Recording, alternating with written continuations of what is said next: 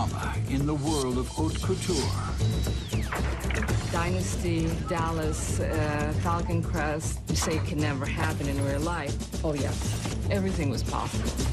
A hot-blooded family feud. Too much infighting and litigation amongst themselves eventually brought down the whole house of Gucci. And in the wings, a woman whose appetite for money couldn't be satisfied. She did have a sense that she could do whatever she wanted, and that she was above the law. High fashion and low-down revenge, Italian style. Tonight, on Power, Privilege, and Justice.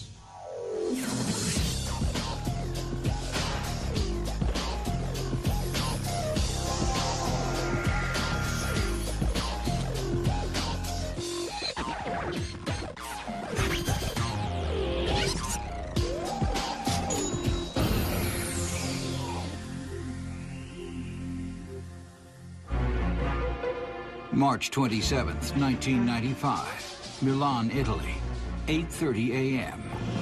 Maurizio Gucci takes his morning stroll to the office. A year and a half after being ousted as chairman of his family's famous fashion empire, he spends his days looking for a way to make his next million. As he enters the building, someone walks up behind him and fires 3 shots. Gucci falls to the ground gravely wounded. But dead men tell no tales. The assassin fires a 4th bullet into his head for good measure. A man appears around the corner. The killer spins and sends 2 bullets his way, hitting him in the arm. The shooter runs for a waiting getaway car and disappears into the streets of Milan.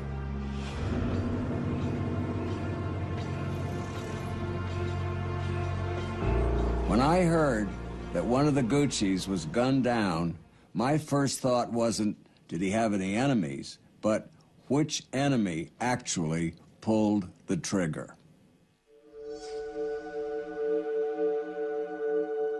To have a killing, this brutal in the middle of the day in Milan, immediately the association is mafia. Investigators arrive at the scene and pore over the evidence.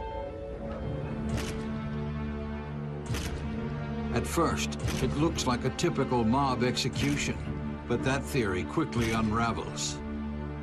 10 minutes after the homicide, I investigated the crime scene and decided it had no signs of organized crime, but rather of improvisers. Those who practiced homicide professionally do anything to avoid being first of all noticed and then recognized. In this case, there were 3 witnesses. With a mob hit ruled out, the Carabinieri wonder if the murder could be connected to the celebrated Gucci empire. The world of the elite, the world of the rich, the world of the famous. But who says the rich and famous don't behave badly? Investigators didn't have to dig too deep into the Gucci family to find turmoil. When Maurizio Gucci was killed, there was some speculation that it could have been a family vendetta. There was also fierce acrimony between Gucci and his ex-wife, Patrizia. Hatred that still burned nearly a decade after he walked out on her. Patrizia began to feel, I wouldn't call it hate, but constant resentment. Fashionistas don't normally shy away from big headlines, but when one of their royal family is killed, they instantly close ranks. Still, behind doors, tongues were wagging. It's one thing if a person passes away, but the way it happens, so being shot. And then this mystery starts to become enacted. All of Italy wanted to know who killed Maurizio Gucci. I never got tired of hearing about the Gucci family fights. I remember one story where workmen at the Gucci headquarters found the lawn littered with $500 handbags. It turns out the family members upstairs were hurling the bags at each other, and some sailed out the window. If the Carbonieri were going to crack this case, they needed to know everything about the family business. 1921, the Gucci Company was born in Florence, Italy.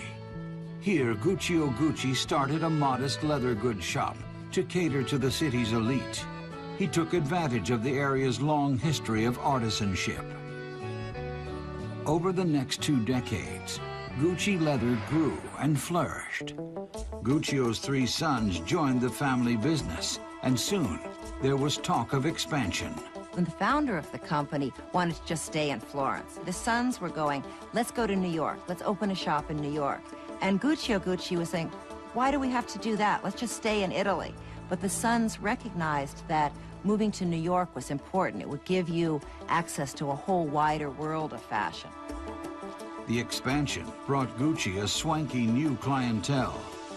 Around the world, Gucci shoes and handbags became status symbols, and the Guccis themselves became the toast of the jet set. Movie stars like Frank Sinatra, Sammy Davis Jr. wore these shoes. And when you have members of the Gucci family with celebrities, with this princess, with this countess, I mean, this becomes very addictive. A delicate balance of power had been worked out at the company. But that balance was thrown off when one brother had 3 sons and the other had only one, Maurizio. Maurizio really grew up as a very lonely, kind of sad, isolated little boy, and he was an only child. His mother died when he was 5 years old. His father was extremely protective of him. Because Maurizio was an only child, the Gucci balance of power would be tested. Maurizio and his father owned half the company. Maurizio's uncle and 3 cousins had to divide the other half.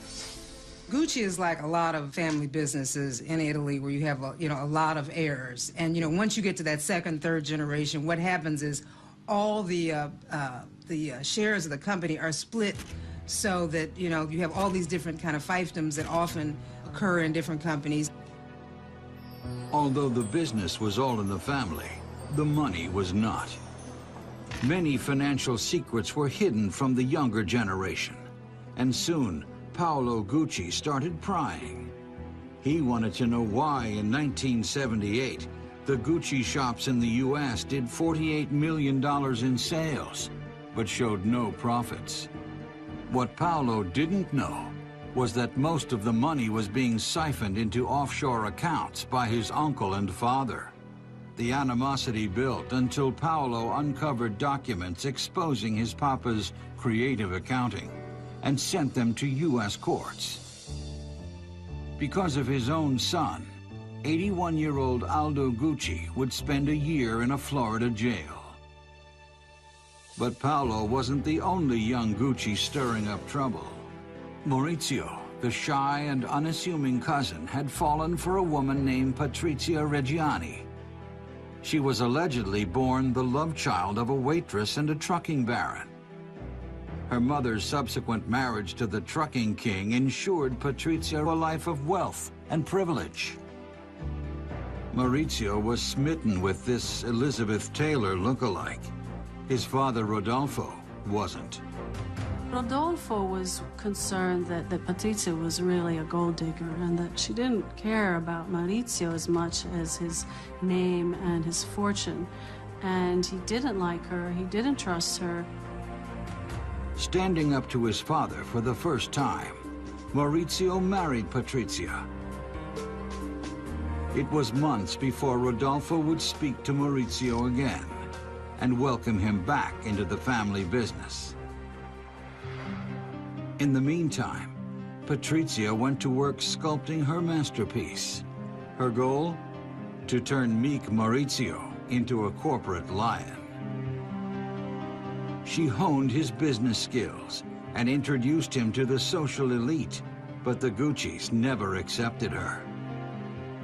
She fit into the social scene, but she did not fit into the family. She was considered a prima donna, absolutely egocentric, Just think of an outsider coming into this clan who already had its problems. She comes along and decides that I'm going to take over. I'm the reference point, il punto di riferimento. A son fighting for a place in the family business, a scheming wife sharpening her husband's claws, 5 angry relatives manning their battle stations. It was a recipe for disaster. In 1995, the shooting death of former Gucci chairman Maurizio Gucci shocked his native Italy and the world of fashion. Suspicion immediately went to his relatives. Anyone familiar with the Guccis knew that in their world, money always trumped family. They were a very litigious, sort of out of control family, where there were times when between the United States and Europe, there were more than 20 lawsuits raging, at a given time. With 6 Gucci sitting on the board, there just wasn't enough power to go around. The gloves were off. Spurred on by his ambitious wife, Maurizio Gucci was poised to make a power grab that would leave his cousins in the dust. You'd think these bitter public battles would have hurt the company, but the more the Gucci name was splashed across the tabloids, the more the public wanted to be seen in those trademark double Gs. But popularity doesn't always breed success. The Guccis began licensing their trademark to nearly anyone willing to pay. The bad blood came to a head in July of 1982, when Paolo started to take matters into his own hands at a company meeting. The whole family united to go over the accounts, and Paolo showed up with a tape recorder, and there are various versions of what exactly happened. Some say that Maurizio was trying to hold Paolo back, and some say that Giorgio was trying to grab the tape recorder. And the result of this scuffle was that Paolo got a deep scratch on his face near the eye area. And at that point started screaming and grabbed his tape recorder and ran out of the building on Via Tornabuoni in downtown Florence. People like to look at the rich and see that they're not particularly happy with it. There was a family so successful, and they're all tearing each other to shreds, and in the process, bringing down the money that held them all together. The day after the tape recorder incident, Paolo filed a multi-million-dollar lawsuit against his relatives. But there were bigger problems in the house of Gucci. In just a few years, their image had gone from Rodeo Drive to Main Street, USA. So it's like they were drug addicts, addicted to the easy money coming in from licensing and then fighting over the money, but losing prestige because when cheaper and cheaper items had the double Gs on them, suddenly it was no longer jet set, it was kind of a joke. The Gucci cousins were happy selling their wares on the mass market, as long as the cash kept rolling in. But Maurizio dreamed of reclaiming Gucci's high-class reputation, and the timing was perfect. In the 1980s, the fashion world started to take notice of Italy. Milan was becoming the new Paris, and Maurizio saw a golden opportunity. Gucci could lead the new wave of Italian fashion, but only if it refocused on the upscale market. When his father died in 1983, Maurizio prepared to make his move. He had inherited $230 million and half the shares of the Gucci company. Encouraged by Patrizia, Maurizio tried to seize control and redefine Gucci as a label exclusively for the super rich. But his uncle and his cousins owned the other 50% of the fashion empire, and they wouldn't budge.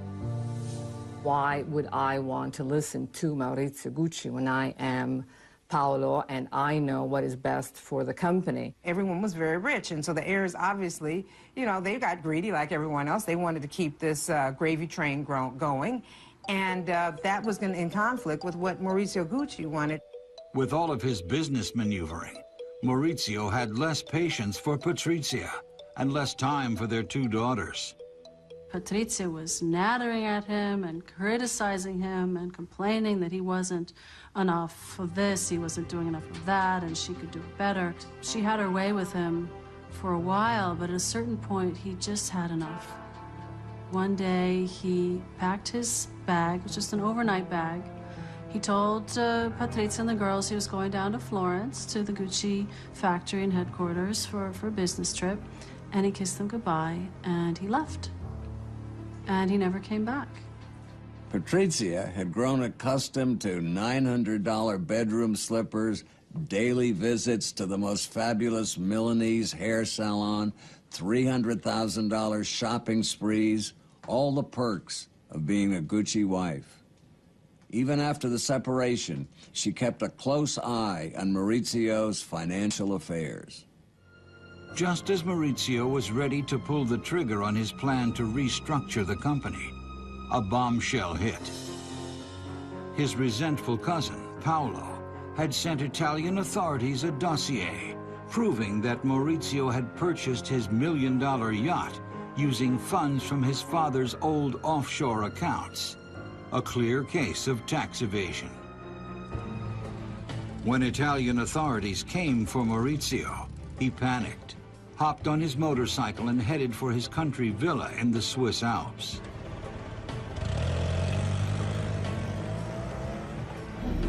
Maurizio worked the phone in an effort to push his relatives out of the company and take it over once and for all. Soon he found an Arab investment group willing to help him do just that. He knew which cousin would be the first to sell. He told the investors to approach Paolo. Paolo hated Maurizio, but loathed his own father and brothers even more. Paolo's decision to sell at the end was revenge, and he knew it.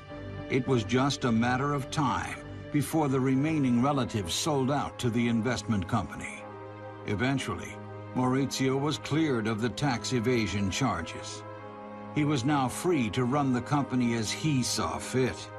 In a company, when someone has more than 50% control, they basically have the power to make a lot of decisions over the company. And once Maurizio was able to convince, one member to come along, it pushed him past that threshold. And so the other family members obviously had no other choice. They had to sell out because their 10, 20, 15% was really going to be worthless. Maurizio was now the only Gucci at the Gucci company, and he was finally able to revamp the Gucci name. On his watch, a young designer named Tom Ford came on board and overhauled the line. Gucci would now mean high fashion, and not just shoes and handbags. But it was too much, too fast. By getting rid of all that low-end licensing, the company lost $100 million. Maurizio's personal finances suffered too, to the tune of $40 million. Maurizio still managed to hold on to his two Ferraris, his yacht, and his Swiss chalet, but he slashed Patrizia's monthly allowance from $150,000 to $90,000. Senora Gucci was boiling mad, but mad enough to kill? Investigators needed to find out. Maurizio Gucci had wrestled control of the Gucci fashion empire, but the victory was a mixed blessing. The power struggle had earned him more enemies than friends. Now, to add insult to injury, Maurizio was driving Gucci to the verge of bankruptcy. Still, he forged ahead, convinced that he could turn it all around and take the company to greater heights. But poor Maurizio never inherited his grandfather's business sense. Family is really a double-edged sword for any business because the founder has the genius and the drive to start it, and then the next generation may well be able to extend it and develop it. But historically, and not just in fashion families, but in many families, the third generation just kind of wastes it. The company and its fearless leader were hemorrhaging money. By September 1993, Maurizio's Arab-financed partners, Investcorp, tried to stop the bleeding. They fired Maurizio. Any investor, like an Investcorp, is going to invest in a company like Gucci, wants an exit strategy. They're not just there to, see the little business grow here and there. They want the big payday. For the first time in its storied history, there were no more Guccis at Gucci. Maurizio got some $120 million for his shares of the company. It seemed like a fair deal to him, but his estranged wife, Patrizia, went berserk. First, her income had been slashed. Now, her status as a Gucci heiress was crumbling. The humiliation was too much to bear. It's not only a question of wealth, it's a question of power. In this way, she knew she no longer counted. She could no longer be the first lady of Gucci. Patrizia felt that she was responsible for Gucci's success. And now, Maurizio had thrown it all away. She started telling people that she wanted to teach him a lesson. At a lavish birthday party for her daughter, Patrizia asked a famous Milanese lawyer what would happen to her if she got rid of Maurizio. When she asked him the same question again a month later, he sent her a letter advising her to stop talking like that. She didn't take his advice. She went to her household staff and asked them if they could help her find a killer, or the husband of the cleaning lady, if he would be willing to kill Maurizio. Soon, thoughts of Maurizio's demise consumed her. This had become an obsession for Patrizia.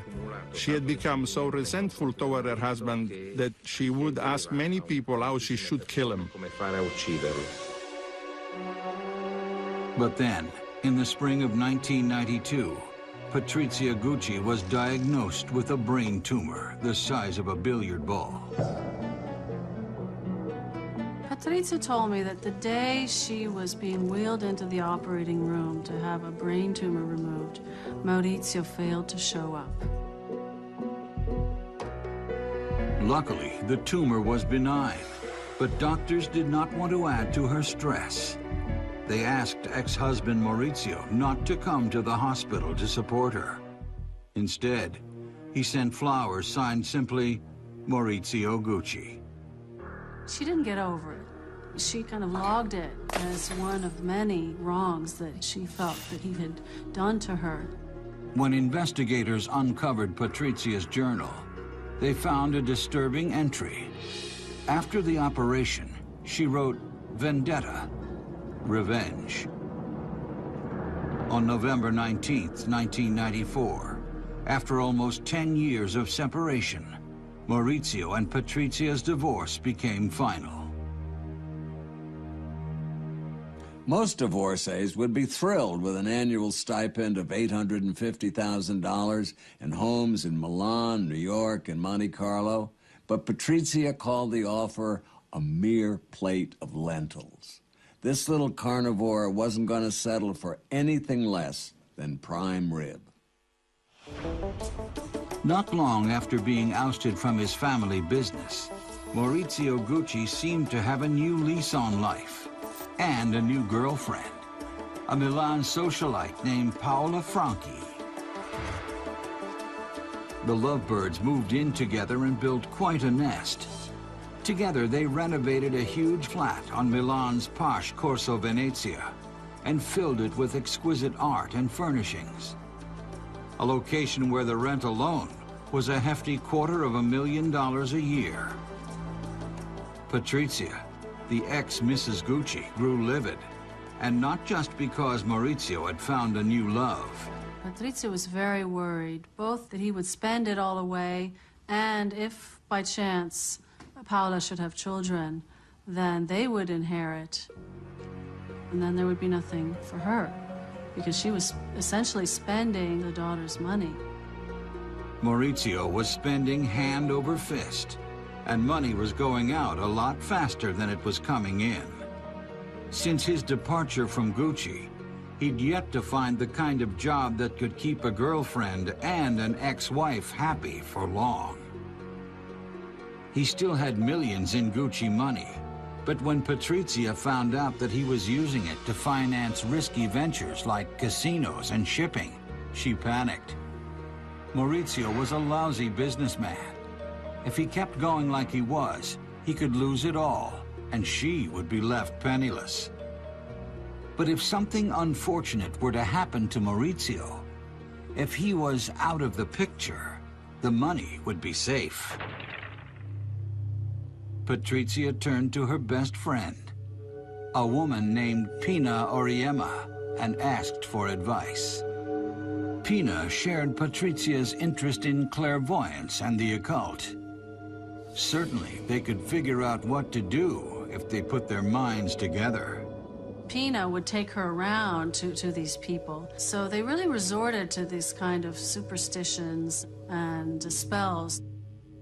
The Italian press called Pina La Maga Nera, the Black Witch. Together, she and Patrizia had explored a world of fortune tellers and mediums. Now, they were planning a murder. Pina and Patrizia may have dabbled in the dark arts, but murder was a whole different story. Pina contacted a doorman at a sleazy hotel in a dicey part of Milan. He was just a petty thief, but he said he'd try to find someone to do the job. When Pina told Patrizia that he needed a down payment, she complied. As the days turned into weeks, Patrizia grew more and more impatient. Patrizia kept insisting to Pina, asking, why isn't this homicide taking place? Why is Maurizio still alive? Months have gone by, and I'm getting tired of waiting. I have paid money. At that point, in order to get out of the middle, Pina introduced the doorman directly to Patrizia, and from then on, Patrizia handled the situation. Now, with Patrizia in control, the plan moved into action. March 27th, 1995, 8:30 a.m. A gunman followed Maurizio Gucci, the former chairman of the fashion powerhouse, into his office building and pumped 4 bullets into his body. Then hopped into a getaway car and vanished into the streets of Milan. As the body was being brought to its final rest, controversy swirled around the homicide. You don't have people gunned down in cold blood and broad daylight in Milan every day of the week.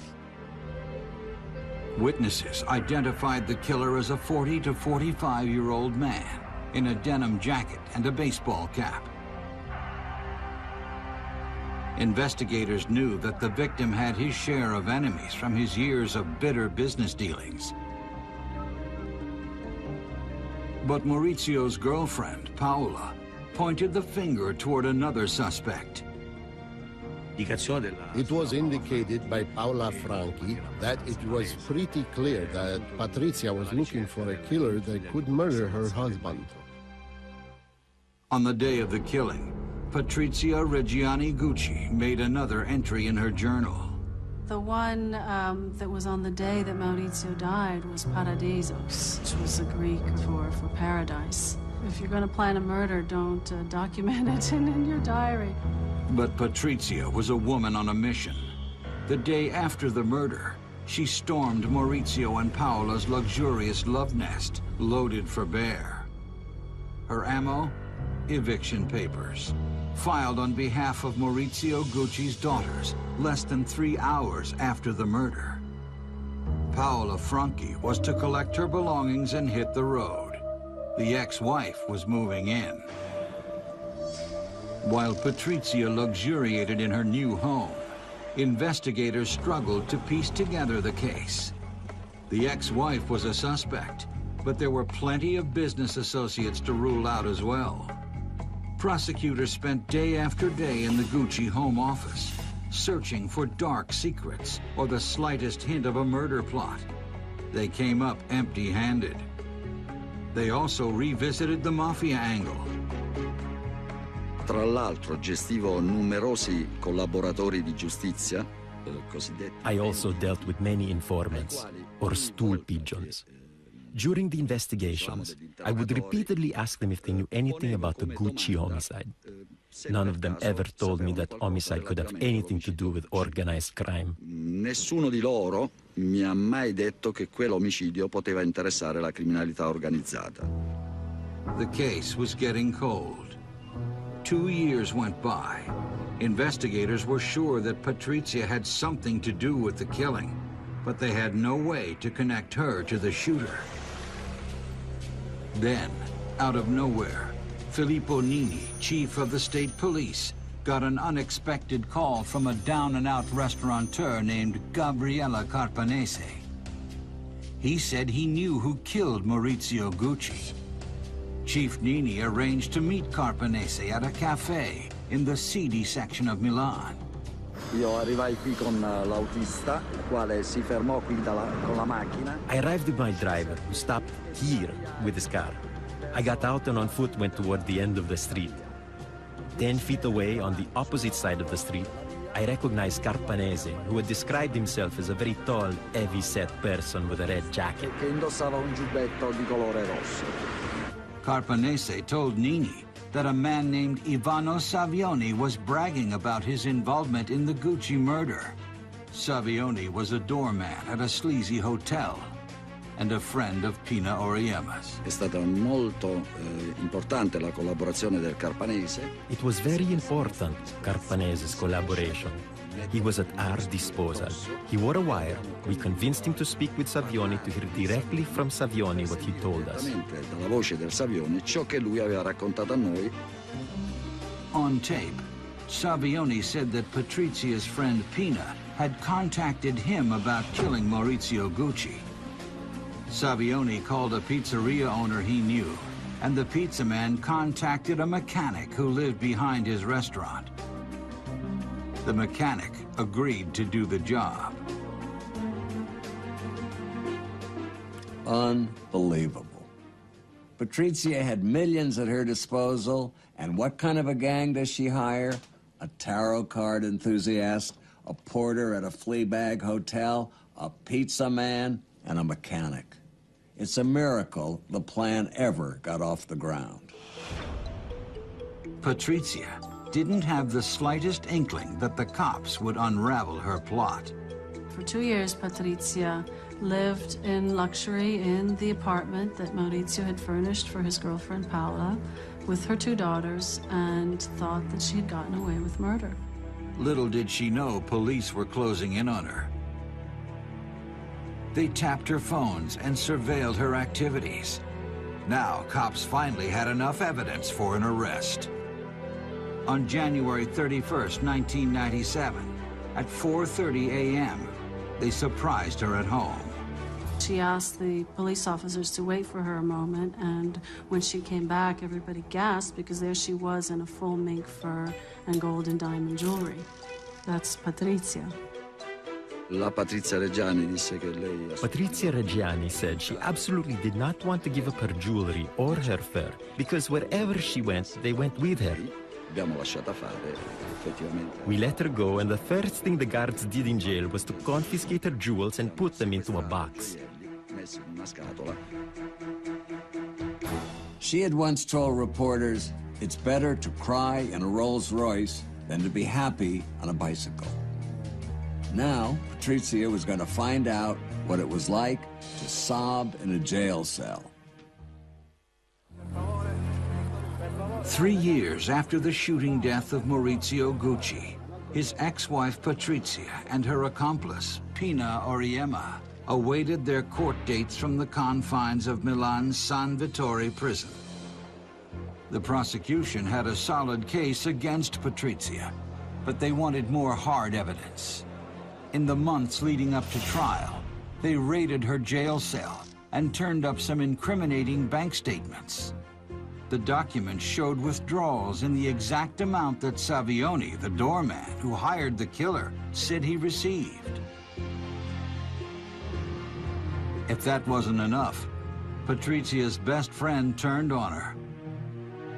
According to Pina, Patrizia had promised to shower her jail cell with gold if she would keep quiet. But what good would gold do her behind bars? Pina's lawyer advised his client to strike a deal and cooperate. 3 months before the trial, that's just what she did. After the court documents were delivered, I read them and I told Pina that a life sentence was a serious risk. I told her to think about it and she decided to confess. And another thing, I was afraid that Patrizia was planning something. The trial was shaping up to be a sensational event, and the press was all over it. A vengeful ex-wife and her psychic friend accused of cutting down a member of a famous Italian family. The drama was too spicy to ignore. I'm certain that there was always a sentimentality about the whole Gucci legacy, the family, you know, the different scandals that went on through the years, and then obviously this murder. This was a big deal in Italy, and it was all over Italian news. With so much evidence against her, everyone wanted to know how Patrizia planned on defending herself. The trial got underway in May of 1998. Patrizia's lawyers did not dispute that their client was soliciting people to bump off her husband. Instead, they offered the brain tumor defense. Patrizia claimed that her surgery in 1992 rendered her incapable of planning a murder. But would a jury really buy that excuse, especially since she told so many people about her murderous intentions? So she admits that she asked everybody in town to kill Maurizio, but then she claims she's incapable of actually planning a murder. That's a tough one to swallow. Then, the second piece of Patrizia's defense is unveiled. She claims that Pina put together the gang on her own and then came to her demanding money. Patrizia said that Pina and her gang threatened to go public and then threatened to harm her daughters. It is still unclear to me what exactly happened in the relationship between Patrizia and Pina, and who pushed who. Then, Patrizia was dealt a severe blow. The getaway driver, Maurizio Cicala, confessed, hoping for leniency. At that point, the famous document was introduced. Cicala declared to Reggiani on a piece of signed paper, "I was paid and I don't want anything else." This was one of the most important pieces of evidence at the trial. Patrizia Gucci did her best to play the good girl in court. Instead of her usual mink coat and designer clothes, she wore plain cotton slacks and twirled a string of rosary beads. But it would take more than a wardrobe change and rosary beads to get Patrizia out of this mess. After months of testimony in the Maurizio Gucci murder trial, jurors took just 7 hours to come up with a verdict. They found Patrizia Gucci and her 4 accomplices guilty. With the exception of the gunman, who received life in jail, they all got between 25 and 29 years. As the ringleader, Patrizia was sentenced to 29 years. With good behavior, she could get out while she's still in her 60s.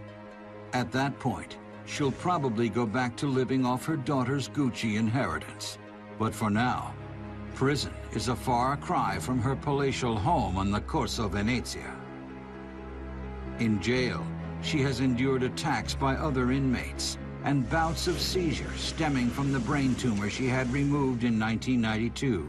Patrizia Reggiani has suffered being in jail, and this was not the way her plan was supposed to work out.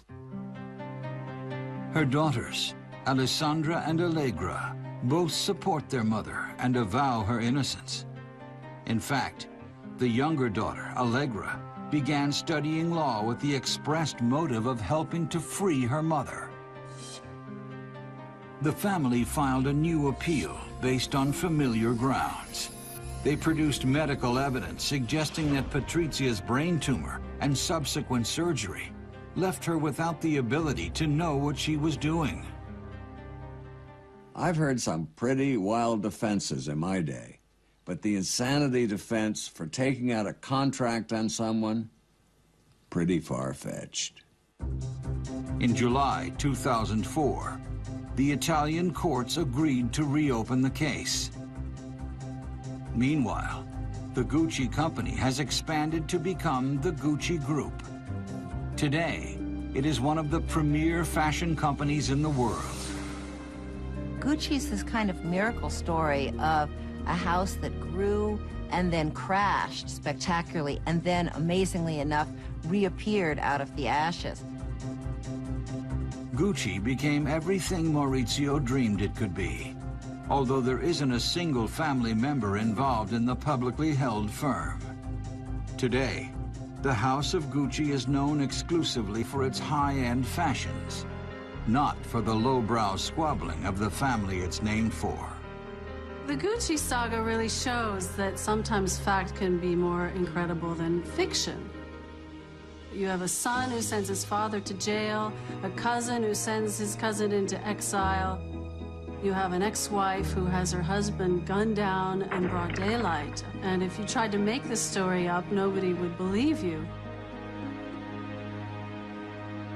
In December 2004, the grand reopening of the La Scala Opera House was broadcast live on giant screens all over Milan, even at San Vittore prison. In earlier days, Patrizia Gucci would have had the best seats in the house. I'm sure she never imagined she'd be watching the La Scala premiere from behind bars. For Court TV, I'm Dominic Dunn.